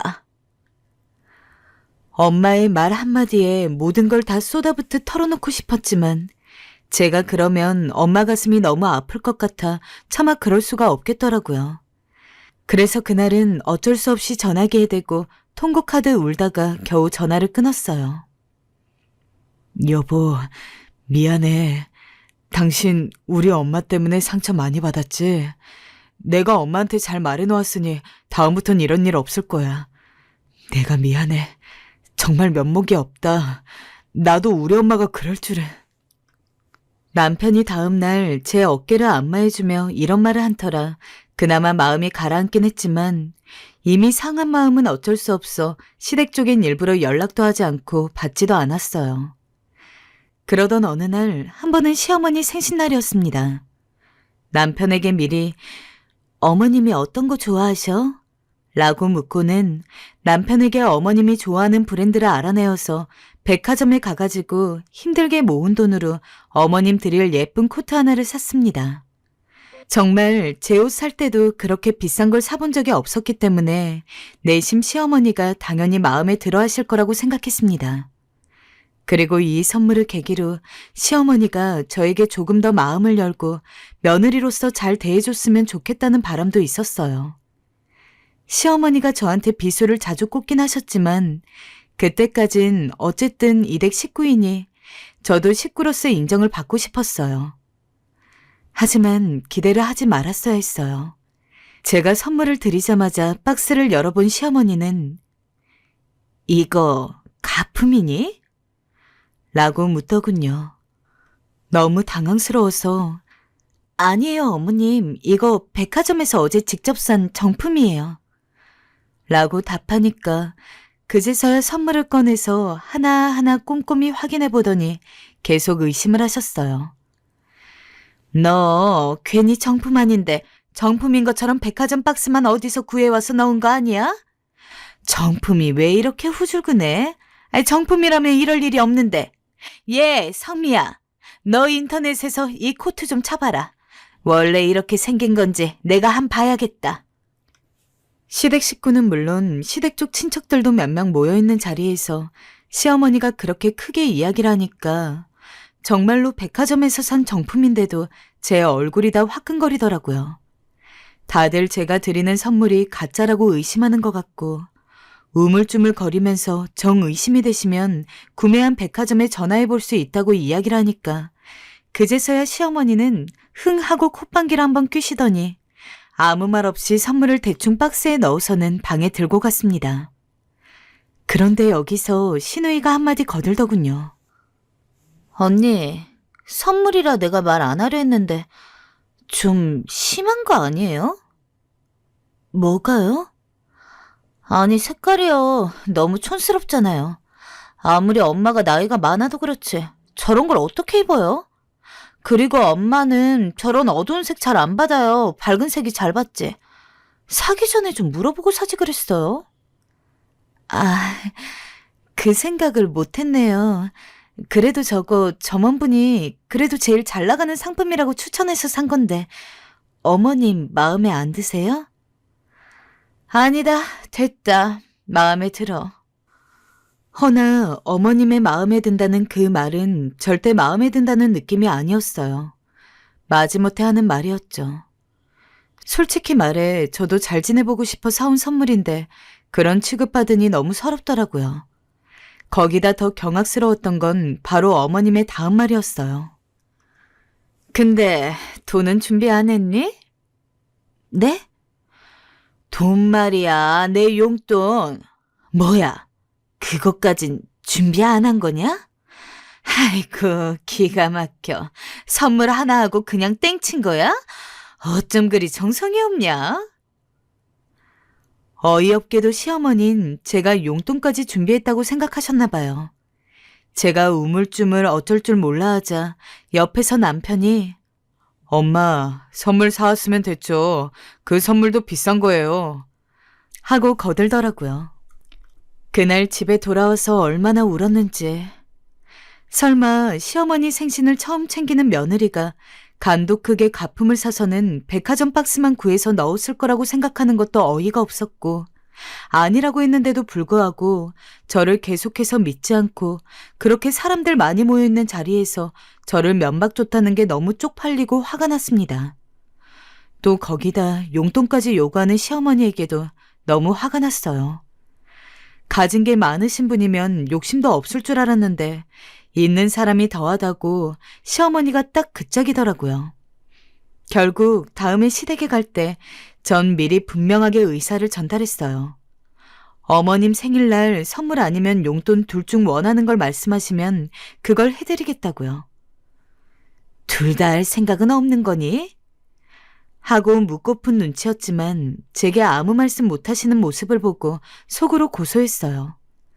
그래도 여기까지는 저 혼자서만 겪은 일이니까 그냥 아무 말도 하지 않고 꾹 넘겼어요. 하지만 그 사건만큼은 저도 정말 참을 수가 없더군요. 그날은 시골에 사시는 부모님이 저희 집에 택배를 보낸 날이었어요. 후와. 상자를 열자마자 엄마에게 전화부터 했어요. 엄마, 뭘 이리 많이 보냈어요. 조금만 보내라니까. 이서방이랑 같이 먹으라고 넉넉히 보냈어. 상할 수 있으니 냉장고에 얼른 넣고 신선할 때 먹어라. 알겠지? 알겠어요, 엄마. 고마워요. 원래 시골에 살 때부터도 밥을 먹을 때 매일 부모님이 지은 농작물로 간식도 만들어 먹고 반찬을 만들어 먹고 했습니다. 근데 제가 결혼을 해서 서울로 올라온 뒤로는 아무래도 부모님에게서 야채를 얻어오기 어려우니까 그냥 마트에서 사 먹거나 가게에서 식재료를 사서 만들어 먹는 게 전부였는데 정말 오랜만에 부모님이 택배로 보내준 관계로 고향에서 자란 농작물을 먹을 수가 있었어요. 가지, 고추, 상추, 감자, 고구마, 거기에 토마토까지 너무 좋더라고요. 아, 그리고 내가 일부러 사돈 어른도 넉넉하게 먹으라고 박스 한가득 챙겨놨으니까 나중에 사돈댁 들릴 일 있으면은 내가 보내준 거라고 하고 전해드려라. 심지어 부모님은 저 먹을 것뿐만 아니라 시부모님 먹을 몫까지 전부 생각해서 정말 박스가 뜯어질 직전까지 꽉꽉 채워서 보내주셨습니다. 그런데 솔직히 드리기 전부터 망설여지더라고요. 여보, 이거 자기 어머님이 좋아하실까? 줬다가 괜히 욕만 먹는 거 아닌지 모르겠어. 아니야, 엄마 좋아하실 거야. 예전부터 이런 거 드시고 싶다 하셨거든. 갖다 드려보자. 그래요. 설마 시어머니가 이것까지 뭐라 하실까 싶어 저는 바로 그 주 주말에 부모님이 보내준 농작물을 다른 박스에 따로 포장해서 시부모님에게 가져다 드리며 이거 저희 부모님이 직접 농사지은 농작물인데 엄청 건강하고 맛있어요. 그러니까 어머님이랑 아버님도 식사하실 때 조금씩 챙겨 드시면 좋을 것 같아요. 라고 하면서 전해드렸습니다. 시부모님은 딱히 달갑지 않은 눈으로 보기는 했지만 그래도 별말 없이 저에게 야채를 받아서 알겠다고 하시더라고요. 그래, 뭐 잘 먹으마. 떨떠름한 표정이었지만 그 말 한마디에 솔직히 작게나마 기쁨도 느꼈어요. 그리고 저는 당연히 두 분이 저희 부모님이 보내준 농작물을 조금씩이나마 드시고 있을 거라고 생각을 했습니다. 하지만 4개월 정도 뒤 시댁 쪽 가족 행사 때문에 정말 오랜만에 시댁에 들렸어야 했는데 시부모님 심부름으로 베란다에서 물건을 하나 꺼내다가 익숙한 박스 하나를 보게 되었습니다. 바로 몇 개월 전에 제가 부모님이 직접 농사지은 농작물이라고 하면서 시부모님에게 전해드렸던 농작물이 담긴 박스였습니다. 제가 처음 전해드렸던 그 모습 그대로 있더라고요. 정말 단 하나도 줄어든 것 같지가 않았습니다. 게다가 이미 썩어 있는 것들이 많아서 성한 게 하나 없었죠. 날이 더워서 미리 냉장고에 보관했어야 했는데 아마 시부모님은 저한테 그날 농작물을 받은 뒤에 박스채로 베란다에 내팽겨치고 한 번도 들여다보지 않았던 것 같습니다. 순간 너무 멍해서 한참 동안 썩은 농작물들만 멍하니 바라보다가 다시 거실에 나왔는데 그날 시댁에 있는 내내 대화에 집중을 할 수가 없었습니다. 조금만 틈이 나면 썩어있던 부모님의 정성이 기억이 나서요. 부모님은 저 결혼할 때 본인들이 해주는 게 없다고 너무 미안해 하셨습니다. 그래서 이 농작물도 저한테 미안한 마음을 갚을 겸 걱정도 되고 잘 살았으면 하는 마음으로 시부모님과 제 생각을 해서 가득 보내주신 걸 텐데 그런 부모님 마음이 완전히 무시당했다는 생각을 하니까 너무나 가슴이 아팠습니다. 그러다 결국 입을 떼고 말았어요. 어머님, 아버님, 제가 갖다 드린 농작물이 베란다 한켠에 그냥 썩어 있던데 먹기 싫으셨어요? 그럼 말씀하시지 그러셨어요. 아, 그거 말이니? 아니 그게 아니고 네 시아버지가 야채를 별로 안 좋아해서 말이다. 아유, 그러게 저런 걸 왜 가지고 와선. 시어머니는 당황한 듯 말을 허둥거렸어요. 그런데 마침 시누이가 눈치 없이 TV를 보며 말하더라고요. 언니, 이런 말하기 좀 그런데 솔직히 우린 마트에서 사 먹는 게 좋아요. 그게 더 안심이 되거든요. 시골에서 키우는 건 먹기가 찝찝해서요. 병균이 있을지도 모르잖아요. 언니 마음은 알겠는데 다음부턴 이런 거 갖다 주지 마요. 좀 창피하기도 하고요. 그 말을 듣는 순간 저도 모르게 울컥하고 기분이 상해 더 이상 앉아있을 수가 없었어요. 그래서 서둘러 시댁을 빠져나왔고 진짜 어지간해서는 남편한테 투정 안 부렸는데 그건 너무 속상하고 서운해서 남편한테 이야기하면서 위로받았어요. 남편은 자기가 부모님한테 얘기해보겠다고 앞으로 그럴 일 절대 없을 거라고 하면서 본인이 미안하다고 사과를 했죠. 시부모님이든 시누이든 시댁 식구들은 다 별로지만 그래도 남편이 착했기 때문에 그 결혼 생활을 버틸 수 있었던 것 같습니다. 그렇게 시부모님과 만나거나 연락을 할 때마다 시골 사람이라고 미미하게 무시받는 나날들이 계속 늘어갔습니다. 돈도 없고 뭣도 없는 제가 할 수 있는 것은 그저 찾는 것뿐이 없었기에 화가 나고 슬프고 서럽더라도 아무 말도 못하고 그냥 가만히 있었습니다. 그러다가 시아버지가 회사 운영에 대한 투자를 잘못해서 잘 나가던 시부모님 회사가 쫄딱 망하게 되었습니다. 그 누구도 생각지 못했던 터라 시부모님에게 연락을 받았을 때도 너무나 얼떨떨하더라고요. 매일 본인들이 회사 사장이라는 사실 때문에 콧대 높게 행동하는 것이 익숙하던 분들이었는데 회사가 망했다는 소식에 그 주 주말에 부랴부랴 남편과 함께 시댁에 가니까 평소 고고하고 도도하던 시어머니와 시아버지가 잔뜩 엉망이 된 몰골로 집에 있었습니다. 얘들아, 왔니? 우리 이제 어떡하면 좋으니? 엄마, 아빠, 우리 집안 정말 망한 거야? 그럼 어떡해? 나 명품 옷도 사 입어야 하고 백도 사야 되는데 당장 모임도 나가야 하는데 어떡하냐고. 그러니까 아빠는 왜 투자를 잘못해서 일을 이 지경으로 만들어? 뭐야? 너 입 안 다물어? 그게 아빠 탓이야? 아주 귀하게 온실 속 화초처럼 길러놨더니 이놈의 기집애가 못하는 말이 없어. 왜 나한테 승질을 내? 아빠가 잘못한 것 가지고. 둘 다 그만 못해? 집안 망한 거 소문낼 일 있니? 조용히 해라 그냥. 시어머니 시아버지는 서로를 붙잡고 엉엉 우셨고 시누이는 명품 타령을 하며 철없게 징징거렸어요. 정말 가관이었죠. 솔직히 이런 말 하면 안 되지만 진짜 쌤통이었습니다. 물론 남편이 돈을 못 벌어오니까 집이 이전보다 더 힘들긴 했어요. 여보, 미안해. 내가 투잡이라도 해서 어떻게든 돈 벌어올게. 됐어. 당신 이미 밤에 대리운전까지 하잖아. 여기서 더 하면 병나. 아니야. 그거라도 해야지. 이렇게 있다간 딱 굶어 죽기 좋겠어. 남편은 자신이 돈을 못 벌어오니 많이 불안해했어요. 그래서 뭐든 하겠다고 배달도 하고 대리도 뛰면서 고된 일을 마다하지 않았어요. 그러니 저도 가만히 있을 수가 없었죠.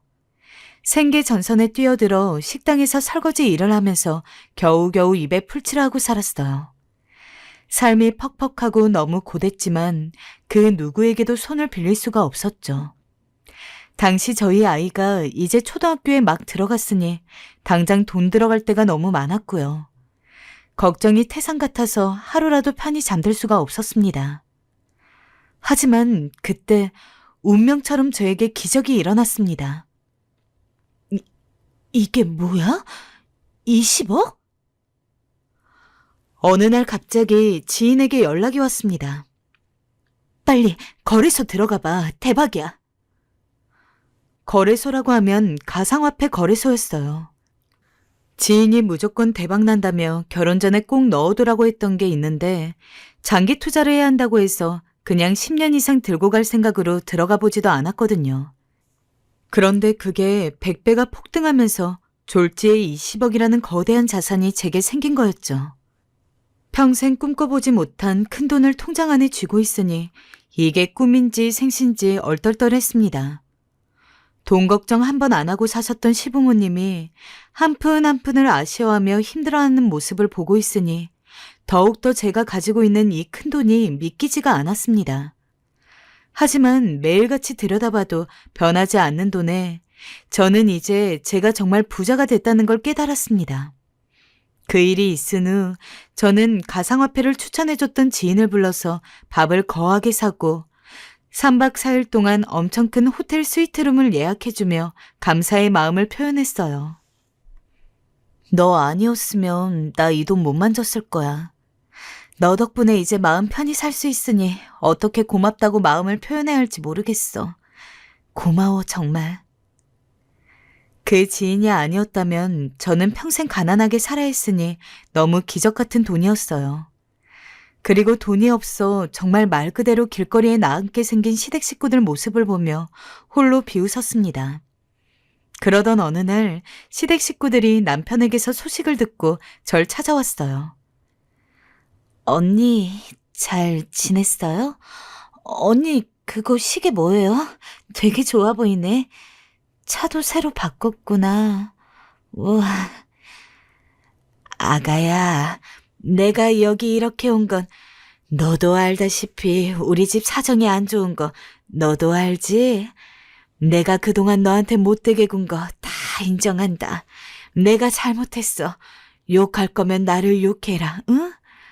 근데 상황이 상황이니만큼 어떻게 우리 아들 얼굴 봐서라도 나 좀 살려주면 안 되겠니? 우리 지금 살던 집 팔고 작은 월세방에 셋이 살고 있는데 정말 좁아 죽겠다. 너무 힘들다. 시어머니는 제 앞에서 눈물을 질질 짜며 울었어요. 시아버지 역시 옆에서 지병이 도졌다느니 잘 걷지도 못한다는 말을 하고 있었고요. 거기에 시누이까지 가세했죠. 언니, 우리가 언니한테 못되게 군 거 다 미안해요. 내가 언니 시골 사람이라고 놀린 것도 다 장난이었어요. 그러니 딱 한 번만 눈 감아주고 우리 좀 도와주면 안 돼요? 나 요즘 사는 게 아니에요. 우리 아빠는 저번에 엎어져서 허리도 나갔는데 지금 치료도 못 받고 있고요. 사실 전 이 말을 들으면서도 시댁 식구들에게 어떤 동정도 연민도 느끼지 못했어요.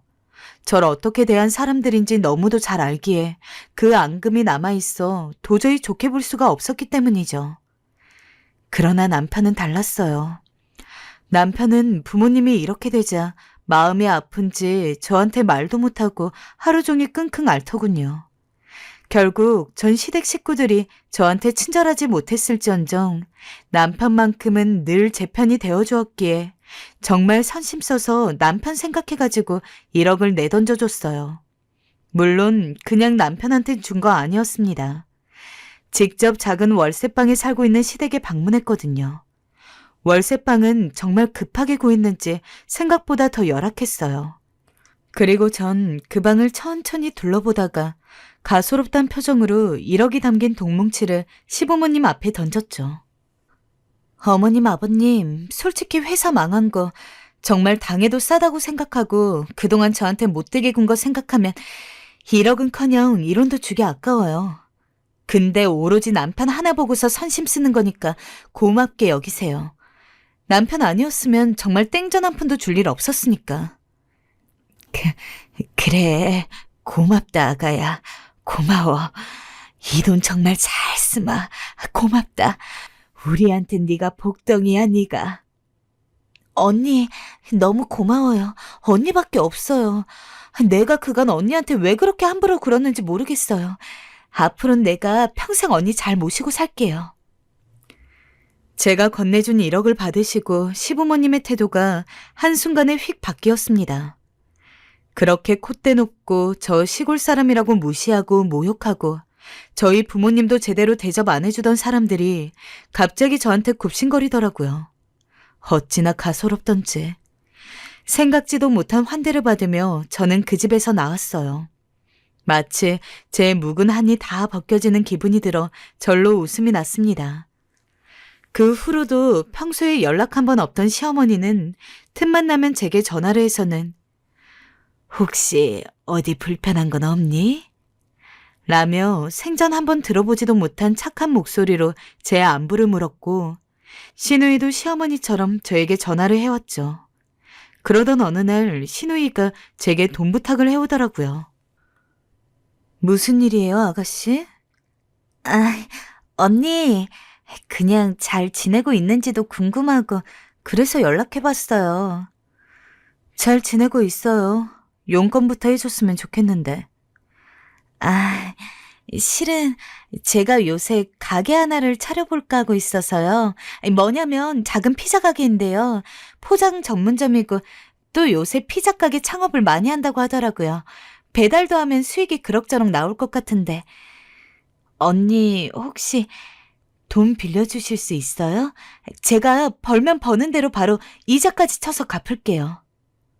아가씨, 제가 아가씨 뭘 믿고 빌려줘요? 아가씨 그리고 한 번도 음식 장사 안 해봤잖아요. 전번엔 듣기론 액세서리 장사인지 뭔지 했다가 망했다고 하고. 미안하지만 그건 힘들 것 같아요. 처음엔 단칼에 거절했어요. 이게 아무리 공짜로 번 돈이라고 할지라도 신우이한테 그 돈 주면서 투자하고 싶은 생각은 죽어도 없었거든요. 근데도 신우이는 집에까지 찾아오며 은근슬쩍 저에게 돈을 빌리기를 원했습니다. 제 남편에게까지 전화를 하면서 말이죠. 그러던 어느 날 갑자기 좋은 생각이 나더군요. 못된 방법이긴 했지만 기분은 정말 짜릿할 것 같은 방법이었어요. 전 신우이에게 전화를 해 제가 말하는 카페로 나오라 했어요. 신우인 제가 돈을 빌려주려고 한다고 생각했는지 알았다 하고 재빠르게 나오더라고요. 아가씨 말 생각해봤는데요. 긍정적으로 검토해보기로 했어요. 네? 정말요? 그래요, 언니. 잘 생각했어요. 나 성공할 수 있다니까요. 언니도 그럼 거저먹는 거예요. 대신 아가씨 하는 거 보고 돈 빌려줄지 말지 생각해 볼게요. 네? 네? 신우이는 뭔지도 모르고 덥석 알겠다고 하더라고요. 전 그 뒤로 시도 때도 없이 신우이에게 전화해서 과자가 먹고 싶다, 음료수가 마시고 싶다 하면서 그냥 제가 밖으로 나가서 가게 다녀오면 될 법한 잔 심부름들을 전부 신우이를 시켰습니다. 저희 집이랑 신우이 집이랑 차로 30분 정도 걸리는 거리였는데 덕분에 신우이는 과자 한두 봉지, 음료수 한두 병을 사서는 30분 거리에 있는 저희 집으로 매일같이 들락날락 거려 했어요. 언니, 여기 사왔어요. 언니 혹시 목마르실까봐 음료수도 같이 사왔어요. 음료수는 건강 주스로 했어요. 언니 피부 생각해서요. 평소 같았으면 제가 그런 짓을 시킬 생각조차 못했겠지만 설사 시켰다고 하더라도 길이길이 날뛰면서 지금 미쳤느냐, 네가 뭔데 나한테 이런 거 시키느냐 하며 막말을 해야 했을 신우이가 생글생글 웃는 얼굴로 제 비위를 맞추려고 알랑거리는 걸 보니까 정말 10년 묵은 체중이 싹 내려가는 느낌이었습니다. 이래서 사람들이 돈이 있어야 행복하다고 하는 건가 싶었죠. 물론 당연히 제가 그동안 당한 것들이 있는데 겨우 이런 잔심부름 몇 번으로 화를 풀지 않았습니다. 일부러 평소에는 찾아가지도 않던 신우이 집을 연락도 없이 찾아가서는 마구마구 초인종을 눌렀어요. 신우이는 엄청 당황한 얼굴로 저를 맞이하는 걸 아무렇지 않은 척 들어가가지고는 신발을 대충 벗고 거실 소파에 앉아서 다리를 꼰 다음에 더우니까 시원한 물 좀 내와봐요. 라면서 신우이를 부려먹었습니다. 신우이가 가져온 물을 마신 다음에는 여기까지 오느라 다리가 아픈데 제가 허리가 아파서 못 주무르겠어요. 여기 좀 주물러 줄래요? 라고 안마까지 시켰죠. 제가 무슨 일을 시켜도 군말 않고 열심히 하는 신우이. 꼭 무슨 가정부가 하나 생긴 기분이었습니다. 분명 속으로는 이를 으득으득 갈고 있겠지만 본인이 돈이 없고 저한테 한 푼이 더 아쉬운 상황이었으니 아무리 성질이 나더라도 저한테 아무런 말도 하지 못하겠죠. 신우이 집에 가서 거의 무슨 왕처럼 대접을 받는데 그 짧은 시간이 영원처럼 느껴질 정도로 너무 행복했습니다. 그러던 어느 날 웃긴 건 시어머니까지 이 소식을 신우이에게 들었는지 저에게 와 아부를 시작하더라고요. 예, 너가 우리 애 가게 차려주기로 했다며? 있잖니, 난 네가 너무 고맙다. 그래서 말인데 실은 나도 미용실 하나 하고 싶거든. 소시적인 애가 손기술이 있단 소리를 꽤나 들었거든. 아가, 너 뭐 먹고 싶은 거 없니? 내가 다 해줄게. 이 말을 듣자 저는 이거다 싶더라고요. 전 곧바로 시어머니한테 5만 원짜리 2장을 휙 던지면서 오늘 갈비찜 먹고 싶으니까 요 앞에 재료 사가지고 나 갈비찜 좀 만들어줘요. 남는 돈은 가지고. 하면서 정말 치욕스러운 심부름까지 시켰습니다. 그리고 그날 저녁에 시어머니가 만든 갈비찜으로 밥 2그릇을 뚝딱 해치운 다음에 집에 돌아왔죠. 시어머니는 제가 갈비찜을 먹는 내내 몸에 좋은 한방 재료를 넣었다면서 제 입에까지 갈비를 넣어주더라고요. 우리 아가 몸보신 제대로 해야지. 이제 곧 날씨도 추워질 텐데. 너 몸이 차서 감기에 잘 걸리잖니. 내가 얼마나 걱정이 많았는지. 아무튼 이제 음식은 시애미가 다 해줄 테니 너는 손에 물 묻힐 생각하지 말고 그냥 편안하게 있어라. 알았지? 네, 어머님, 알겠어요. 남편은 제가 신우이한테 어떤 짓을 시키는지 어렴풋이 알고 있는 느낌이었습니다. 아마 신우이가 제가 간 뒤에 남편한테 하소연이라도 하지 않았을까요? 오빠 아내 좀 말려보라면서. 하지만 남편도 제가 당한 걸 알고 있고 저한테 뭐라 할 수 없는 상황인 것을 알다 보니까 눈치만 보면서 아무 말도 못하고 있는 게 빤히 드러났어요. 남편은 착했던지라 남편의 가족인 이상 미안한 마음이 아주 조금 들기는 했어요. 하지만 그냥 넘기기에는 제가 그동안 무시를 당했던 것들이 너무 많았죠. 저에 대한 무시는 물론 저희 부모님에 대한 무시도 있었으니까요. 그래도 아무것도 안 주면서 부려먹기만 하진 않았습니다. 시댁에도 월 200씩 용돈을 줬고 시누이는 일을 하고 있는 사람이었기에 가끔씩 100만 원 정도 주면서 살림에 보태 쓰라고 하고 있었어요. 덕분에 시어머니랑 시아버지는 제가 올 때마다 언제나 상전처럼 저를 모시려고 했죠. 그동안은 시댁에 가면 제가 설거지도 해야 하고 빨래도 해야 하고 거의 시댁에 밀린 집안일을 제가 몰아서 다 하는 느낌이었는데 시댁에 쫄딱 망하고 제가 부자가 되니 그 후부터는 저는 시댁에 갈 때마다 정말 손 하나 까딱 안 하고 거실에 앉아서 TV만 봤습니다. 그리고 가끔 가다가 필요한 게 있으면 어머님, 저 사과 좀 깎아주세요. 배고픈데 혹시 해물탕 만들어 주실 수 있어요? 어머님이 해주신 해물탕 먹고 싶어요. 돈은 제가 드릴게요. 라면서 말했죠. 그러면 시어머니는 후다닥가 해물탕이며 전골이며 맛있는 걸 잔뜩 만들어와 제 입에 넣어주곤 했어요. 물론 그것도 다 속셈이 있는 짓이었죠. 자기들 가게 차리기 위해 하는 짓이었으니까요. 시누이는 틈만 나면 저에게 와서 이러더군요. 언니, 근데 나 가게 언제 차려줄 거예요? 언니가 나 가게 차려준다고 해서 기다리고 있는데 친구들한테도 다 자랑해놨단 말이에요. 부자 언니가 나 도와줄 거라고. 그래 아가야, 우리 성미 이제 좀 가게 차려줄 때 되지 않았니? 지금 경기가 좋아서 이때 물을 잘 타야 하는데 말이야. 그래도 그동안 매일 제가 차린 밥상만 얻어먹을 줄 알았던 시부모님이 오로지 저를 위한 밥상을 차려주는데 정말 이게 행복이구나 싶더라고요. 마음 같아서는 한평생 그렇게 시부모님과 시누이를 제 아래에서 부리면서 살고 싶었습니다. 허나 마지막으로 해야 할 일이 남아 있었어요. 어느 날 전 시어머니에게 직접 말씀드렸습니다. 엄마랑 아빠 식사 대접해드리고 싶은데 같이 음식 만들어주실 수 있으세요? 어머님이 해물탕 정말 잘하시잖아요. 저희 엄마도 그거 좋아하시거든요. 어머, 그러니? 그럼 당연히 해드려야지. 기다려라. 내가 아주 맛있게 만들어드릴게.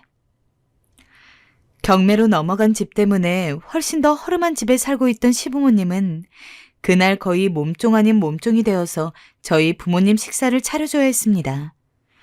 저희 부모님은 조금 얼떨떨한 모습이었지만 그걸 보고 있던 저는 드디어 부모님에 대한 복수를 했다는 생각에 싱글벙글한 얼굴로 시댁에서 대접을 받았어요. 그러나 시어머니의 가식적인 말들은 저도 모르게 인상이 찌푸려지더라고요. 사돈어른 너무 감사해요. 오랜만에 왔는데 이렇게 맛있는 것도 해주시고 괜히 저 때문에 고생스러운 거 아니셨는지 모르겠어요. 정말 잘 먹다 갑니다. 아니에요. 우리 며느리 덕분에 호강하고 있는데 이 정도야 언제든 해드릴 수 있죠. 놀러 오고 싶을 땐 언제든 오세요. 제가 이 정도는 또 만들어 드릴 수 있어요. 그리고 전 부모님이 고향으로 돌아가신 날 바로 말씀을 드렸어요. 어머님, 생각해봤는데 아무래도 가게 차려드리는 건 힘들 것 같아요. 아가씨도 그렇고요. 미안해요. 뭐? 이제 와 안 된다고? 그런 법이 어딨니? 지금까지 어머님 아가씨께 돈 들이면서 심부름 시켰으니 저 그 정도로 할 도리 다 했다 보고요. 저 시댁살이 시키신 거, 모욕 준 거, 제 부모님 수치스럽게 한 거 이렇게 다 갚는 겁니다. 앞으로 사람 시골 출신이라고 돈 없다고 무시하거나 함부로 얕잡아 보지 마세요. 시어머니와 시누이가 땅을 치며 우는 소리가 들렸지만 전 뒤도 돌아보지 않고 나갔어요. 그걸로 제 복수는 끝났죠. 남편도 제게 더 말하지 못했어요. 어찌됐건 옆에서 제가 어떤 취급을 받았는지 잘 알고 있으니까요. 그래도 아직 저한테 돈을 빌려하는 시누이와 당장 제가 없으면 먹고 살 길 자체가 요원해지는 시부모님은 애 같았는지 저희 집까지 와서 찾아오고 있어요. 아무래도 더 찾아오지 못하도록 이사를 가야 할 듯 싶어요. 남편도 그렇게 하자고 했고요. 현재는 친정 부모님 집 지어드리려고 알아보고 있습니다. 어떻게 벼락같이 떨어진 행운이지만 이 행운으로 집도 해드리고 시댁 식구들에게 복수도 하고 이 정도면 하늘이 준 기회가 아닌가 싶네요. 오늘도 시댁살이 하고 계시는 며느리분들 파이팅 하시고요. 그리고 혹여나 저와 같은 행운이 하늘에서 떨어지지 않더라도 부당한 대우를 받으시면 그거에 대해 꼭 할 말은 하셨으면 좋겠어요. 지금 제가 가장 후회하는 게 바로 그 부분이거든요. 저는 그럼 여기서 이야기 마무리하겠습니다. 모두 평안한 하루 되세요.